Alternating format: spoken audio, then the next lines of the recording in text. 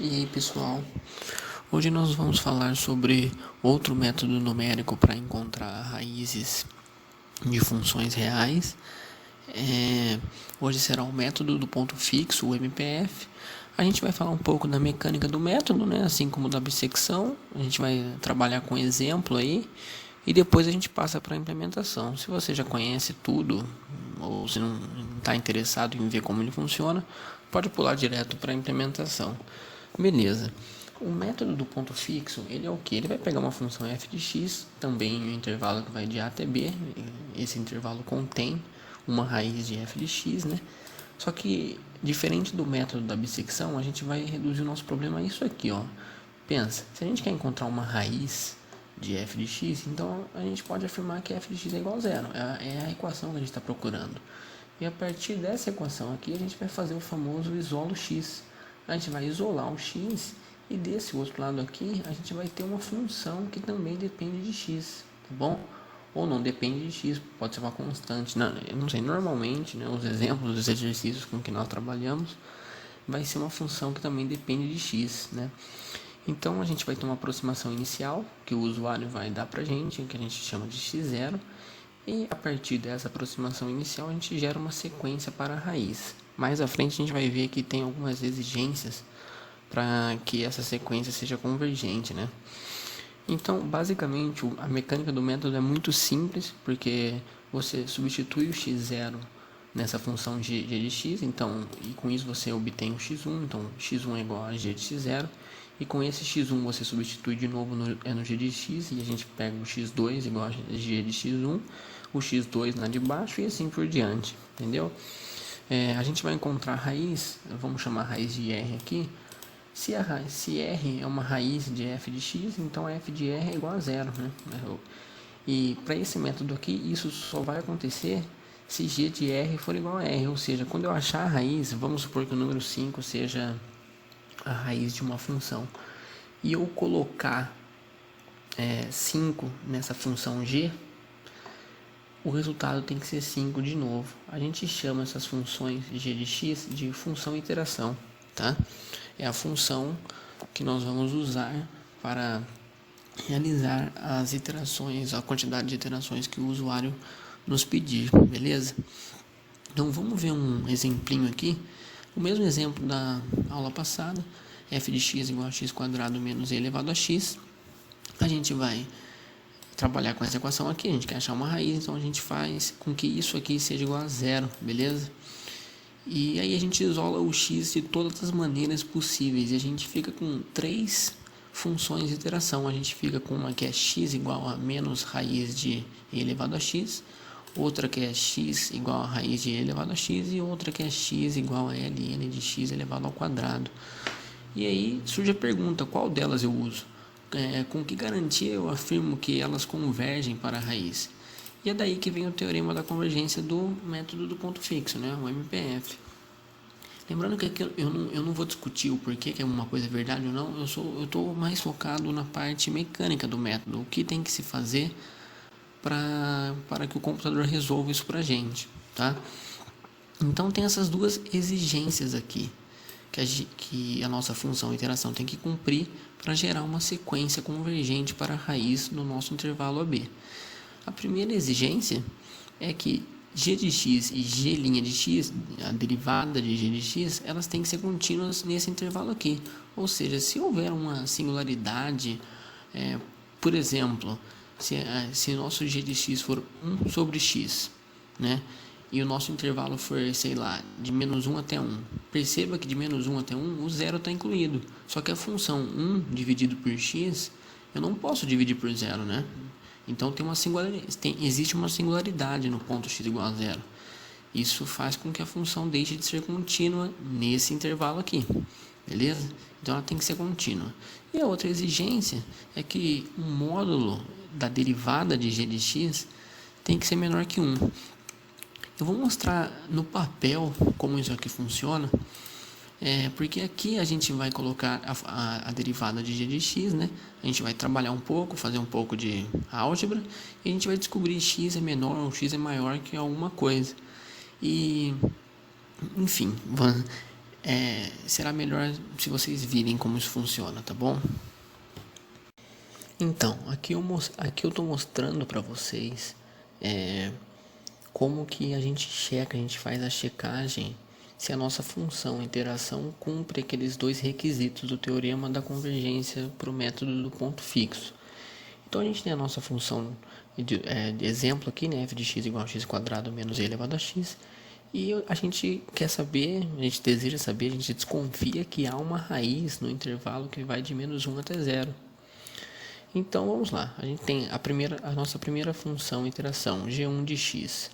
g1 de x igual a menos raiz quadrada de e elevado a x, cuja derivada é menos raiz quadrada de e elevado a x dividido por 2, né? Então a gente vai para a primeira exigência. Para o intervalo que vai de menos 1 até 0, que é o nosso intervalo que a gente está procurando a raiz, a condição 1 é satisfeita. Ora, veja bem, qualquer valor desse intervalo aqui, incluindo as extremidades que você substituir tanto na G1 quanto na G'1, não vai ter nenhuma inconsistência, né? Não vai ter nenhuma divisão por zero, não vai ter nenhuma raiz negativa. Tá tudo certo. Então elas são contínuas nesse intervalo aqui. Então perfeito. A condição 1 nesse intervalo ela é satisfeita. Aí a gente vai para a segunda, né? Módulo de G de 1, módulo de G1 linha X tem que ser menor do que 1. Vamos ver aqui. A gente substitui no módulo, né? A gente substitui essa daqui no módulo. A gente isola o x, tem todo o processo de isolamento aqui, que eu acredito que todos saibam fazer. E a gente descobre que x tem que ser menor do que ln de 4. X tem que ser menor que mais ou menos 1,3862. E de fato, todos os valores do nosso intervalo, que vai de menos 1 até 0, são menores do que 1,3862, entende? Então não tem problema usar esse intervalo aqui. Então, para o intervalo que vai de menos 1 até 0, a condição 2 também é satisfeita. Logo, a nossa função g de x igual a menos raiz quadrada de e elevado a x, ela cumpre os dois requisitos e ela gerará uma sequência convergente para a raiz que queremos encontrar. Vamos testar outra aqui para vocês perceberem onde que está o erro.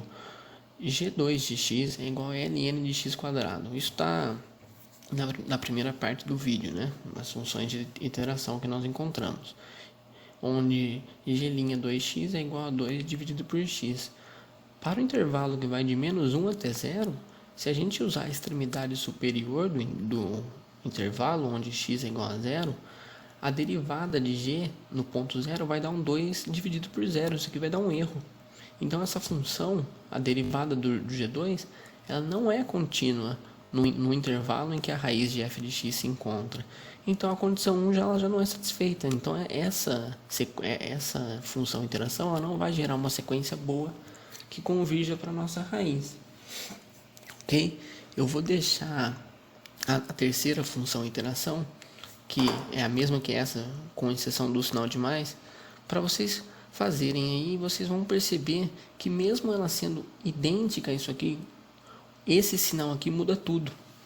Porque aqui, cada vez que você substituir o x na função iteração, isso aqui vai ficar cada vez maior. E se isso ficar cada vez maior com o sinal de mais aqui, na próxima vez que a gente for colocar aqui, isso vai dando um número cada vez maior e isso dispara e não converge para a raiz, ok? Então, antes de continuar aqui, eu recomendo fortemente vocês testarem a função iteração raiz quadrada de e elevado a x e perceberem onde que se localiza o problema de usar isso daqui. É porque a gente descobriu lá que x deveria ser menor do que 1,38. Se x deveria ser menor que ln de 4, né? E se a gente usar isso aqui, vai ter um momento que isso vai ultrapassar 1,38. 1,38 alguma coisa, eu não me lembro agora. E a segunda exigência do teorema da convergência do MPF, né? Essa daqui, ela não vai ser cumprida, fazendo com que essa função de iteração não seja apropriada para gerar uma sequência convergente para a raiz, ok? Então vamos lá. Então a gente já descobriu que a melhor função de interação é essa daqui, menos raiz de e elevado a x. Beleza, a gente vai usar uma aproximação inicial de menos meio, x0 igual a menos meio, e aí a gente é só fazer o algoritmo, né? G de x0, g, que é a mesma coisa que g de menos meio, que vai dar menos 0,7788. Então, x de 1, né, que nem eu mostrei aqui, x de 1 é esse número aqui.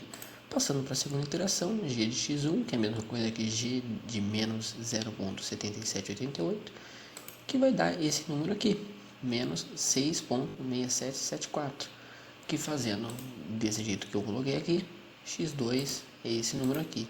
E assim por diante, até nós acharmos a raiz, ou até nós excedermos a quantidade de iterações que o usuário deseja, né? Então, com isso, eu acredito que a gente já possa passar para a implementação desse algoritmo, tá? Eu não desejo programar todo esse processo aqui de checagem de teorema do teorema da convergência, nem o processo de isolar o x, tá? Isso a gente faz na mão e a gente simplesmente coloca no computador, ok? Então vamos lá, vamos apagar isso aqui, vamos definir a nossa função, ponto fixo, vamos chamar, né? Ok? Antes de defini-la, eu desejo fazer uma outra coisa. Eu já vou definir a minha função f de x, se eu precisar fazer conta com ela, né? Então, a função f de x vai ser o do nosso exemplinho lá, que é x elevado ao quadrado menos e elevado a x. Lembrando que aqui é necessário importar a biblioteca math do Python, ok? E a gente já vai colocar a nossa função de iteração. Nós temos que defini-la também, né? G de x. A nossa função de iteração é menos math raiz. A função de raiz quadrada também é uma função da biblioteca math do Python. E elevado a x. Aqui tem que colocar de novo. Elevado a x. Beleza, aí com isso a gente já pode começar a nossa função do ponto fixo de fato. Vamos lá, a gente vai pedir a aproximação inicial, né, que pode ser qualquer número, então vai ser um float, um ponto flutuante, input. A gente pede para o usuário digite a aproximação inicial x0. Beleza? E a gente vai pedir também o número de iterações, igualzinho no outro vídeo, pessoal. A gente vai pedir iterações, vai ser um número inteiro, né? Porque a gente tem que executar um número certinho, né? Um número redondo de vezes. Digite a quantidade de iterações. Beleza? E assim como no outro vídeo, a gente vai criar uma variável de controle do nosso looping, que vai ser a iteração igual a 0, né? Que a gente vai realizar quantas vezes o usuário pedir. Beleza. Com isso, a gente pode entrar no nosso loop, que é enquanto iteração for menor ou igual a iterações. Beleza? E vamos lá, o que a gente tem que fazer? O que a gente tem que fazer é o seguinte: eu vou criar uma outra variável aqui que vai ser x1 igual a 0. Lembra que a gente tem que ficar atribuindo valores? Então x1, quem que era o x1? O nosso x1 era justamente o g de x0, não era? Beleza, chegamos aí. Na próxima iteração, o que tinha que acontecer? O que acontece é o seguinte: o x0 recebe o x1, né? O x0 ele vai receber o x1, porque quando ele receber o x1, na próxima iteração é como se aqui tivesse o x1 e aqui, entre aspas, seria o x2, né? E aí de novo o x0 recebe o x2 e por aí vai. A gente está fazendo ele repetir, né? A gente está fazendo um valor sendo atribuído ao outro, ok? Beleza, é bem simples assim mesmo. Esse é o nosso algoritmo. Quando a gente sair do looping, a gente vai printar a raiz que foi encontrada. A raiz encontrada foi x igual. A gente coloca o nosso x1, né? E vocês concordam comigo que se isso é a raiz, então o f de x tem que ser um número próximo de zero ou o próprio zero, né? Então a gente faz o teste com f de x1, beleza? Quais mais considerações a gente deveria fazer aqui? A gente pode checar também se de fato o x1 ele é ponto fixo, né? Então a gente pode fazer g de x, lembra lá, o próprio método já diz, g de x tem que ser igual a x, então se a gente colocar o x1 aqui, tem que dar o próprio x1, né? Beleza. A gente pode testar isso aí e a gente pode ver se rola. Já ia me esquecendo. No final de cada iteração a gente tem que acrescentar em uma unidade